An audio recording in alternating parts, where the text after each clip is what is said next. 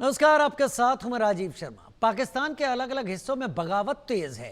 खैबर पख्तूनख्वा हो, टीटीपी और बलूचिस्तान में बीएलए के हमलों से पाकिस्तान आर्मी की नींद उड़ चुकी है। मुनीर सेना पर बीएलए और टीटीपी प्रचंड प्रहार कर रहे हैं और अब टीटीपी ने उत्तरी वजीरिस्तान में एक और बड़े हमले को अंजाम दिया है। इस हमले में लेफ्टिनेंट कर्नल समेत 6 सैनिक मारे गए। खैबर पख्तूनख्वा में सिर्फ बीती जुलाई महीने में टीटीपी ने 350 से ज्यादा हमले किए, जिसमें बड़ी संख्या में पाकिस्तान आर्मी के जवान मारे गए। टीटीपी के हमलों से सरकार इस कदर डर गई है कि टीटीपी के खौफ को देखते हुए नॉर्थ वजीरिस्तान में कर्फ्यू तक लगाना पड़ गया।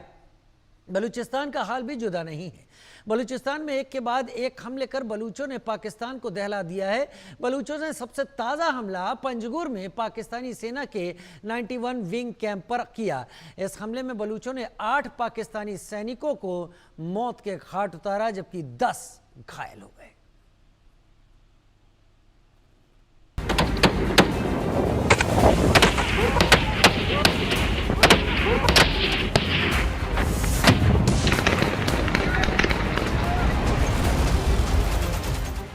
टीटीपी का attack, Khyber Pakhtunkhwa hijack.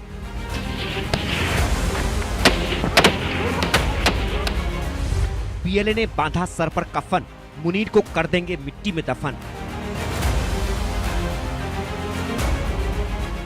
BLA का हाई जोश, मुनीर के उड़े होश। बीएलए टीटीपी का प्रहार प्रचंड, पाक होगा खंड खंड। पाकिस्तान में हालात लगातार बिगड़ते जा रहे हैं। खैबर पख्तूनख्वा में टीटीपी के ताबड़तोड़ हमलों ने पाकिस्तान को दहला रखा है, तो वहीं बलूचिस्तान में बलूच लड़ाकों ने कोहराम मचा रखा है। पाकिस्तान में पिछले कुछ दिनों में तहरीक तालिबान पाकिस्तान यानी टीटीपी और बलोच लिबरेशन आर्मी यानी बीएलए ने पाकिस्तान के अलग अलग हिस्सों में कई हमलों की जिम्मेदारी ली है। बीएलए और टीटीपी ने घातक हमलों के जरिए पाक आर्मी की नाक में दम कर रखा है और अब एक बार फिर से टीटीपी और बीएलए ने पाकिस्तान में अलग अलग जगहों पर पाक आर्मी पर प्रचंड प्रहार किया है।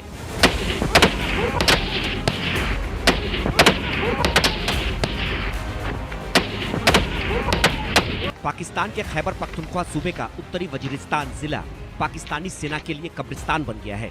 इस जिले में टीटीपी के ताबड़तोड़ हमलों ने मुनीर सेना को हाल बेहाल कर रखा है। रिपोर्ट के मुताबिक इस इलाके में तहरीक तालिबान पाकिस्तान पाक सैनिकों को कई बार निशाना बना चुकी है।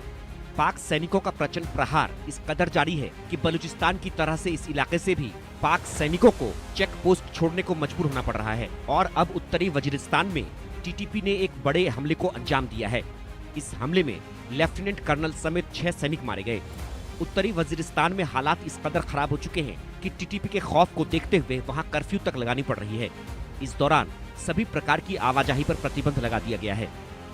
खैबर पख्तूनख्वा में सरकार ने पाकिस्तानी सेना के साथ मिलकर अचानक एक कदम उठाते हुए उत्तरी वजीरिस्तान में 4 दिन का कर्फ्यू लगा दिया है, जिससे पूरे क्षेत्र में सभी प्रकार की आवाजाही पर पूरी तरह से प्रतिबंध लगा दिया गया है।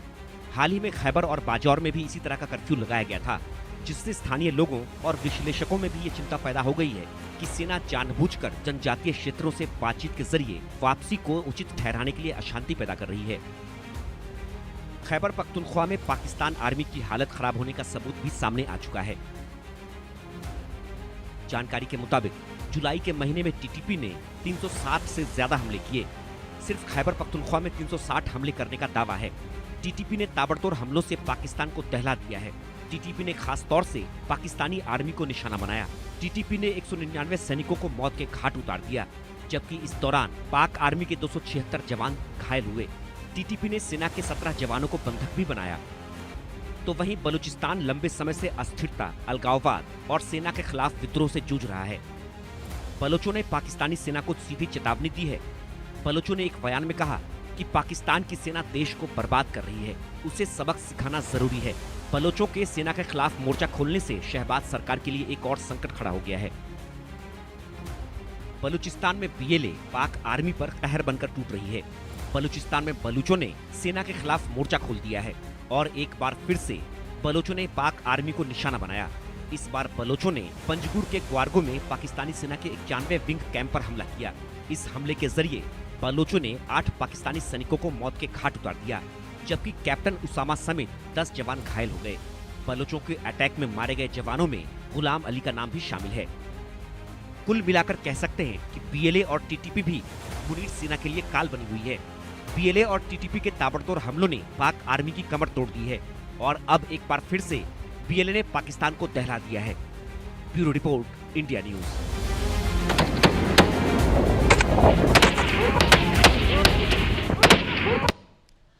दो खास मेहमान मेरे साथ इस वक्त जुड़ गए हैं। अहमर मस्तिकन हमारे साथ बलोच जर्नलिस्ट जुड़ गए हैं अमेरिका से सीधे, और पथिकृत पाइन हमारे साथ विदेश मामलों के जानकार, फॉरेन अफेयर्स एक्सपर्ट के तौर पर। अहमर भाई, बहुत स्वागत है आपका हमारे साथ जुड़ने के लिए, इस मुद्दे पर डिस्कशन करने के लिए, क्योंकि हमारे भी जो व्यूअर्स हैं वो समझना तो चाहें कि बलोच दिल में आखिर बलूचिस्तान के लिए आग किस हद तक है।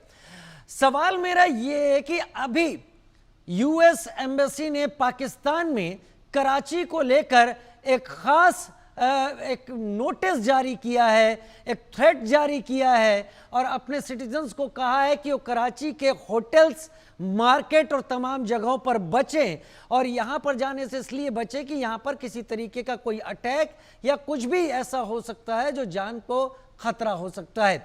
कराची सिंध का हिस्सा है, लेकिन जाहिर सी बात है रास्ता बलूचिस्तान से होकर भी निकलता है।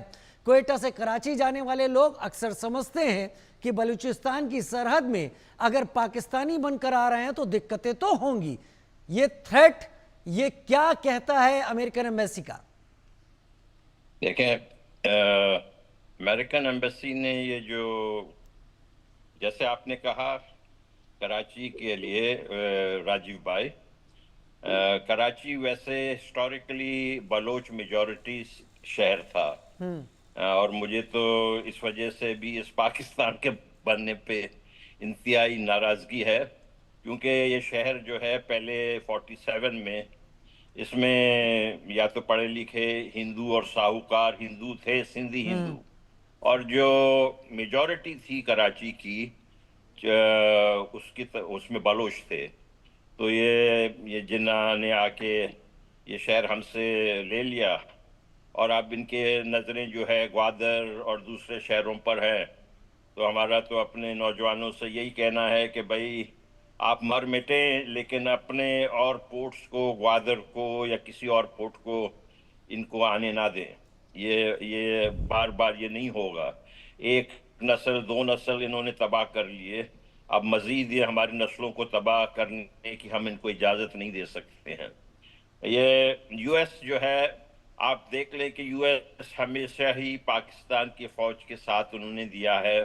पाकिस्तान का फ़ौज जो आज जो कुछ भी है उसको ये सारा का सारा अमेरिका और फिर चीन इनके मदद से है। और देखें, कहें कि ना, एक हकीकत बात ये है कि भाई देखें, एक तरह से इनको क्रेडिट तो जाता है कि ये कितने मक्कार हैं कि भाई एक तरफ अमेरिका से भी ये इमदाद लेते हैं, चाइना से भी फौजी इमदाद लेते हैं, और दोनों के इमदाद से ये हमारी जो है कुटाई करते हैं। अब मामला यहाँ तक आ गया है कि अमेरिका को भी मालूम है कि हमारे लोग जो हैं इनको हम नहीं छोड़ेंगे अपने इलाके में। और ये अभी जो बहुत लोगों को है ना कि भाई ये ट्रंप साहब क्या कर रहे हैं, ट्रंप साहब तो आपको मालूम है कि ऐलान कर देते हैं जल्दबाजी में बहुत सारी चीज़ों का, और उनके ऐलान को, उनके ट्वीट्स को कुछ ज़्यादा बहुत सीरियसली नहीं लेना चाहिए। अब हमें पता नहीं है कि ये अमेरिकियों को क्यों, किस बात का खदशा हुआ है, और जाहिर है कि इनकी कॉन्सुलेट जो कराची में है वो पूरे बलूचिस्तान को भी यही कॉन्सुलेट हैंडल करती है। तो गालिबन इनका ये जो भी हुआ है रिस्ट्रिक्शन, उसका यही वजह है कि बलूचिस्तान में हमारे जो हमारे आज़ादी पर मेरा सवाल वही था आपसे कि अमेरिका ने ये इशारा दे दिया है कि वो तेल निकालने के लिए, अब किसका तेल निकालने की बात है, खैर वो अलग चीज़ है, लेकिन वो तेल निकालने के लिए बलूचिस्तान में आने वाले हैं। क्या इस चीज़ को लेकर बीएलए और बीएलएफ, ये सब जो सारे के सारे ये एसोसिएशन है सारी, क्या ये कुछ ऐसा कर सकते हैं जिसके चलते सिक्योरिटी अलर्ट उनको साउंड करना पड़ा है कि अमेरिका अगर उतरेगा तो बीएलए उसको रिटेलिएट करेगा? हमने तो उनको कहा है, हम तो उनको सिर्फ बता सकते हैं ना कि भाई ये ना करें, ये आप जाएंगे तो आपको नुकसान होगा। हमने तो वाज़े तौर पे कहा, आपको मालूम है हम तो कोई बात छुपाते नहीं है। हमने तो इनको कहा है कि ये आप गलती ना करें, चाइना वहाँ गया है, वो फंस गया है, उसको समझ नहीं आ रहा है कि वो क्या करे। आपको पता है ना, चाइनीज काफी परेशान हैं बलूचिस्तान में आने के बाद कि ये हमने क्या कर दिया है उनको। आपको जैसे मालूम है, जब यासिर मुनीर गए थे बीजिंग तो इनको काफी वहां पे डांट पड़ी थी। तो जब वो चाइना जो है यहाँ पे सिक्योर नहीं है, तो अमेरिकन कैसे सिक्योर होंगे? अमेरिकन मुझे उम्मीद है कि ये लोग बैक ट्रैक कर जाएंगे। अमेरिका जो है, जैसे मैंने अर्ज किया, ये ट्रंप को ज्यादा शोबाजी का ज्यादा शौक है। ये हर चीज में जो है ना अपने को कहता है कि मुझे कोई क्रेडिट मिले। ये उस किस्म का बंदा है। लेकिन मुझे नहीं लगता है जी राजीव भाई, मुझे नहीं लगता है कि इतनी जल्दी में ये आएंगे। अगर ये आएंगे तो ये बेवकूफ है, यही मैं कह सकता हूँ। अगर ये आए तो बेवकूफ हैं, क्योंकि बलूचिस्तान के ताज़ा हालात तो इस बात का इशारा नहीं करते कि वहां पर अमेरिका आंख बंद करके कूद जाएगा, क्योंकि बलूचिस्तान से ज्यादा दूर अफगानिस्तान नहीं है और वहां से मार खाकर अमेरिका को अपने सारे हथियार छोड़कर आखिरकार जाना पड़ा। न जाने कितने उनके आर्मी के जवान, कितने लोग वहां पर मारे गए और उसके बाद उसे सर छुपाकर निकलना पड़ा किसी तरीके से। पथिकृत मेरे साथ इस वक्त जुड़े हुए हैं। पथिकृत, इंटरनेशनल रिलेशंस को देखा जाए और बलूचिस्तान को देखा जाए तो बीएलए लगातार जब से सीपीईसी बनना शुरू हुआ है, बीएलए तब से चैलेंज कर रहा है। और बीएलए ने चैलेंज की नहीं किया, बीएलए ने शहबाज शरीफ और शी जिनपिंग को कहा था कि अभी भी वक्त है, आप यहां से लौट जाइए बलूचिस्तान की जमीन से। लेकिन जो भी डैमेज हुआ है चीन और पाकिस्तान को, लगता है पाकिस्तान कोशिश कर रहा है कि अमेरिका को बीच में लाकर बीएलए को इस जगह से निकालने की एक कोशिश करे, क्योंकि यहां जब डैमेज अमेरिका को होगा तो शायद वो बीएलए के खिलाफ पाकिस्तान के साथ खड़ा हो जाए। क्या ये टेरेन समझाती है कि उतना आसान होगा जितना अमेरिका रुका रहा अफगानिस्तान में? नहीं, देखिए, सबसे पहली चीज तो ये कि मैं कॉन्ग्रेचुलेट करूंगा पाकिस्तान के सरकार को, क्योंकि उसने अमेरिका और ट्रम्प को तेल का चूरन खिला दिया कि वहां पे तेल है। ये लाहौर का चूरन होगा। अब हर 2 साल में ये चूरन किसी न किसी को खिलाता है। मैं सोच रहा था आप कॉन्ग्रेचुलेट कर रहे हैं तो अहमर भाई परेशान होंगे। ये तो कॉन्ग्रेचुलेशन चूरन का था। नहीं, वो चूरन वो अच्छा देखिए, हर 2 साल में आप एक ही चूरन किसी ना किसी को खिलाते हो, लेकिन वो बेच रहे हैं, खा जाता है।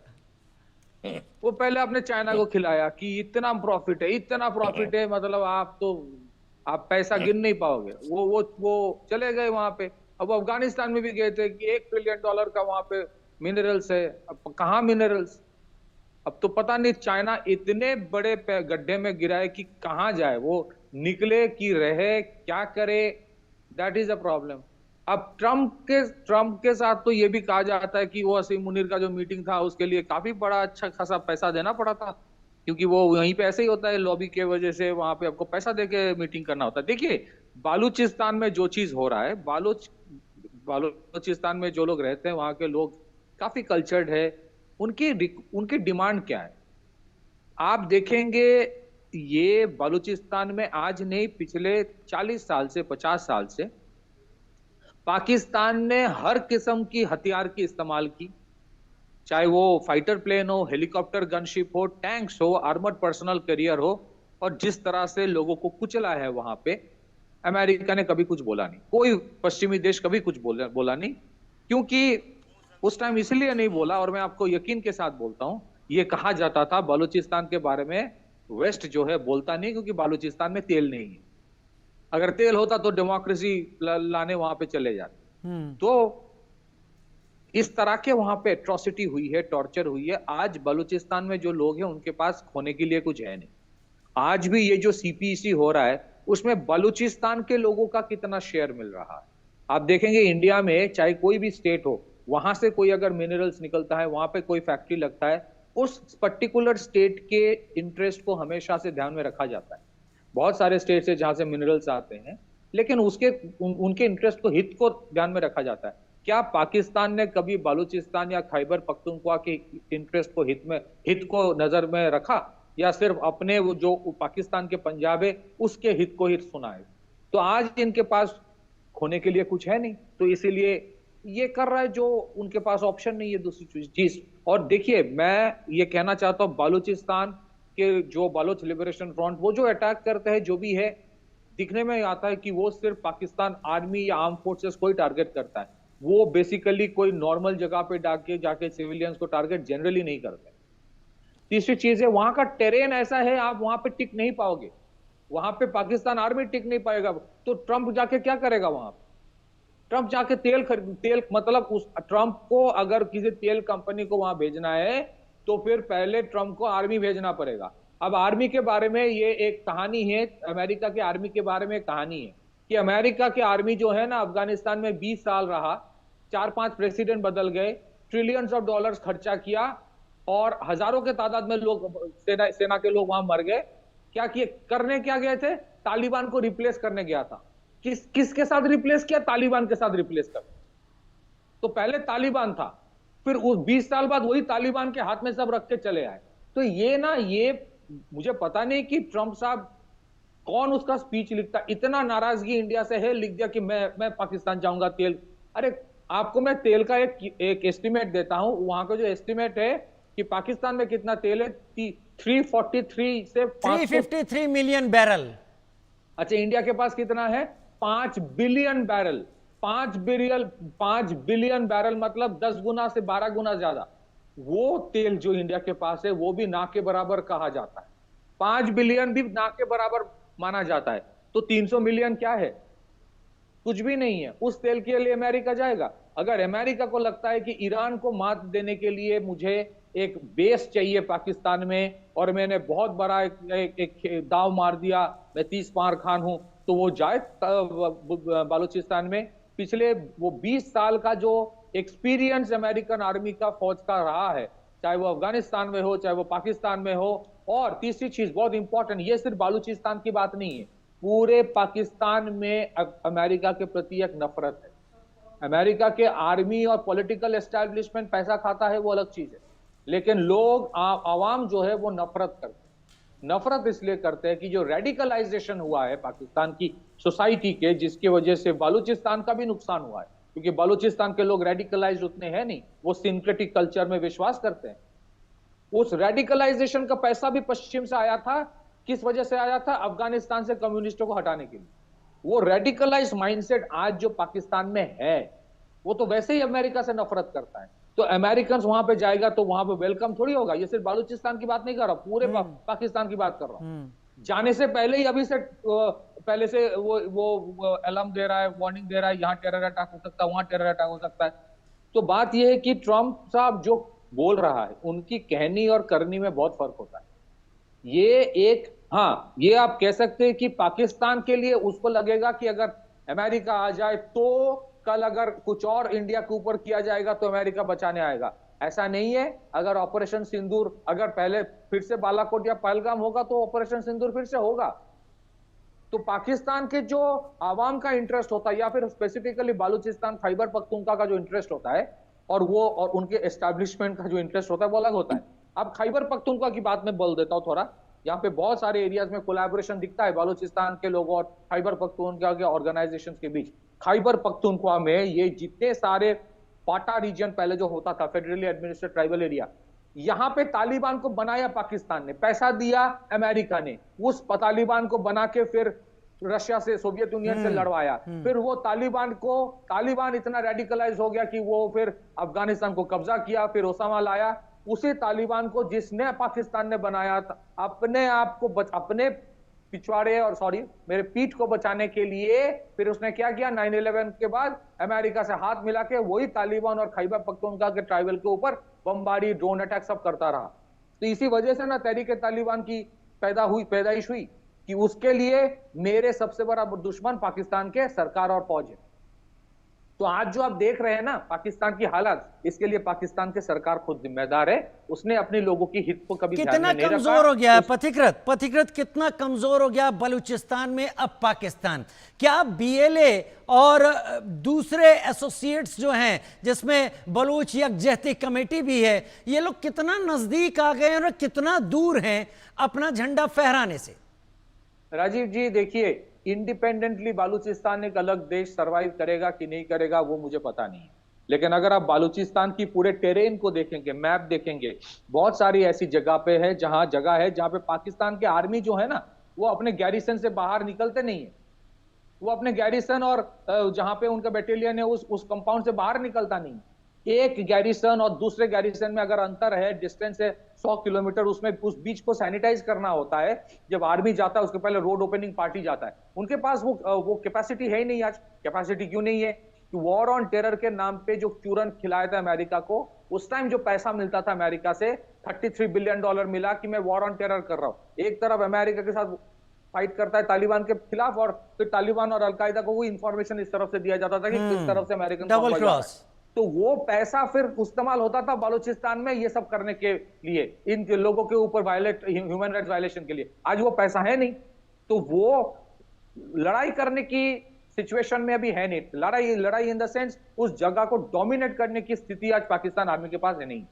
और ये इसी वजह से इतने सारे और कैजुअलिटीज हो रहे हैं। और ये और जो बीएलए कैजुअलिटीज हो रहा है, हाँ, आप और ये मुझे 10 सेकंड दीजिए बस। हाँ, अब जो कैजुअलिटीज हो रहा है आप देखेंगे, वहां के जो फौज की बात होता है, फौज सोचता है कि मेरे जनरल जाके बड़े बड़े बात बोलता है अमेरिका में, इस्लामाबाद में बड़े बड़े बात बोलता है, और मैं यहां पे मर रहा हूं। तो वहां पे बहुत अंतर है। जो एस्टैब्लिशमेंट है उसकी जो नजरिया है, और एक चीज आप ये ध्यान में रखिएगा, पाकिस्तान आर्मी ज्यादा देर तक लश्कर तैयबा और जैश ए मोहम्मद को चुप रख नहीं सकता। इसीलिए वो डेस्परेट है कि अमेरिका फिर से वापस आ जाए, क्योंकि अगर ज्यादा देर तक चुप रखवाएगा तो वो एक दूसरा तारीख तालिबान पैदा हो जाएगा, जो इस तरफ से पाकिस्तान के एस्टैब्लिशमेंट के ऊपर अटैक करेगा। और अगर तो एलईटी और जैश ए मोहम्मद ने कुछ करने की कोशिश की तो इस बार मैसेज क्लियर है, any terror act will be dealt as any act of war. और उसके बाद फिर कौन सा ऑपरेशन दिखेगा पाकिस्तान को, उसे पता नहीं। लेकिन अमर भाई, अभी टीटीपी ने भी एक डाटा रिलीज किया है। टीटीपी ने पिछले कुछ दिनों में 360 अटैक्स किए हैं, जिसमें साउथ वजीरिस्तान, खैबर, चित्राल, नॉर्थ वजीरिस्तान, बन्नू, बाजा और टांग के कई सारे जगहों के नाम हैं। और इसमें उन्होंने जो डाटा दिया है, 139 आर्मी के लोग उन्होंने इसमें मारे हैं। आर्मी एसएसजी के अलावा 415 टोटल, जिसमें आर्मी एसएसजी के 199 हैं, 118 एफसी के हैं, कॉप्स के हैं, पुलिस के 83 हैं, और सीक्रेट एजेंट्स यानी आईएसआई के करीब 15 हैं। टीटीपी, बीएलए और इधर सिंध लिबरेशन आर्मी। मुझे लग रहा है कि अब सबको एक होने की घड़ी नजदीक आ गई है। देखिए राजीव भाई, बिल्कुल ये जो पाकिस्तान की आर्मी है, फौज, इस किस्म की जल्लादी फौज है, जिहादी, इसको तो राजीव भाई देखें, हमारा और टीटीपी के नजरियात में बहुत जमीन आसमान का फर्क है, समझ गए ना आप। उनका कुछ और नजरिया है, हमारा कुछ और नजरिया है। लेकिन अगर और स्टालिन एक साथ हुए हिटलर को मारने के लिए, तो इसी तरह ये जो पंजाबी हिटलर है आसिम मुनीर, इसको मारने के लिए हमारा किसी से भी टैक्टिकल अलायंस हो सकता है। हम किसी को भी रद्द नहीं कर सकते हैं। हमारे साथ इनको मारने के लिए जो भी आएगा वो बिल्कुल हमारा भाई है, हम एक हैं। देखिए, इन्होंने जो है ना, हद से ज्यादतियां कर रहे हैं बलूचिस्तान में। ये 2 दिन पहले एक 8 साल बच्चा शोएब बलूच, जिनके वालिद का नाम खालिद बलूच है, वो आफसर तुर्बत से उनका ताल्लुक है। जानते हैं उनको किस बात पे? उनको साइबर टेररिज्म के केस लगा के अदालत में बुलाया गया, 8 साल के बच्चे को। यानी जो यूनाइटेड नेशंस की लॉ है टू प्रोटेक्ट द चाइल्ड, उसके खिलाफ वर्जी, उनकी convention on the right of the child, उसको बिल्कुल ही इन्होंने खिड़की से बाहर फेंक दिया। हमारे जो डिफेक्टो प्राइम मिनिस्टर हैं डॉक्टर मारंग बलूच, उन्होंने आज ही वहाँ से उनका जो पेशी हुआ था, पेशी पे पेशी आप देखें, जानकर उनको जेल में रखा हुआ है बिला वजह। उन्होंने कोई गलती नहीं की है, कोई कानून की खिलाफ वर्जी नहीं की है। उनकी जद्दोजहद जो भी है वो पाकिस्तान का जो भी है आइन या कानून जो जैसा भी है उसके अंदर है, लेकिन उनको वो जो है जेल में डाला हुआ है। उन्होंने आज कहा कि हम अपनी जद्दोजहद के जरिए इस मुल्क के कानून और अदालतों को दुनिया के आगे बेनकाब कर रहे हैं। ये कानून और अदालतें इसलिए बनाई गई हैं ताकि ठीक। बलोचों की नस्ल कुशी की जा सके। ये डॉक्टर मारंग बलोच ने आज जब वो आई थी अदालत में पेश होने के लिए, उस टाइम उन्होंने ब्रीफ एक वीडियो क्लिप जारी किया। उन्होंने कहा ये जिस तरह के भगत सिंह ने जो है अंग्रेजों को एक्सपोज किया था, बलोच यकजहती कमेटी की जिद्दोजहद इसी तरीके से पाकिस्तान की फाशिस्ट आर्मी को, इस्लामो फाशिस्ट आर्मी को एक्सपोज कर रही है। हमारे देखे एक बलूचिस्तान से एक सरदार फैमिली के मेंबर हैं, लश्करी रईसानी, वो एमपीए वगैरह शायद वजीर वगैरह रहे हैं पहले। हाँ। उन्होंने एक वहां पर इस्लामाबाद में एक ऑल पार्टी कॉन्फ्रेंस हुआ, उसमें उन्होंने कहा कि भाई ये जो लोग हैं पाकिस्तान के डीप स्टेट, ये होटल, निजी होटलों के कमरों में पार्टियां बनाते हैं, फिर उसी पार्टियों से अपना एजेंडा ये पुश करते हैं बलूचिस्तान के अंदर। और हमारी जब औरतें आती हैं इस्लामाबाद में अपने हुकूक मांगने के लिए, तो कोई उनको पूछने वाला नहीं होता है। तो उन्होंने कहा कि भाई अगर ये हमारी औरतें कल के दिन दिल्ली चले जाएंगे तो फिर ये दोबारा इल्जाम लगाएंगे कि ये फितनाउल हिंदुस्तान है। एग्जैक्टली। भाई आपने सारे रास्ते हमारे बंद ये कर दिए। बीएलए की सारी कोशिशों को फितनाउल हिंदुस्तान कहकर जीरो इन करने की कोशिश पाकिस्तानी अथॉरिटी कर रही है, लेकिन पथिकृत भी सही कह रहे थे, अपने गैरिसन से जो आर्मी बाहर नहीं निकल पाती है, वहां पर शाम के बाद से सुबह तक केवल बीएलए ही रहती है। बस वो बीच का जो वक्फा है दिन का, उसे अपने हाथ में लेना है और 11 अगस्त की तारीख हर दिन बलूचिस्तान में दिखाई पड़ने लगेगी। मेरे पास वक्त कम है, मुझे यकीन है अहमर भाई आप फिर मिलेंगे हमसे, हमारे साथ, और हम फिर बात करेंगे। पत्रकार आपका और अहमर भाई आपका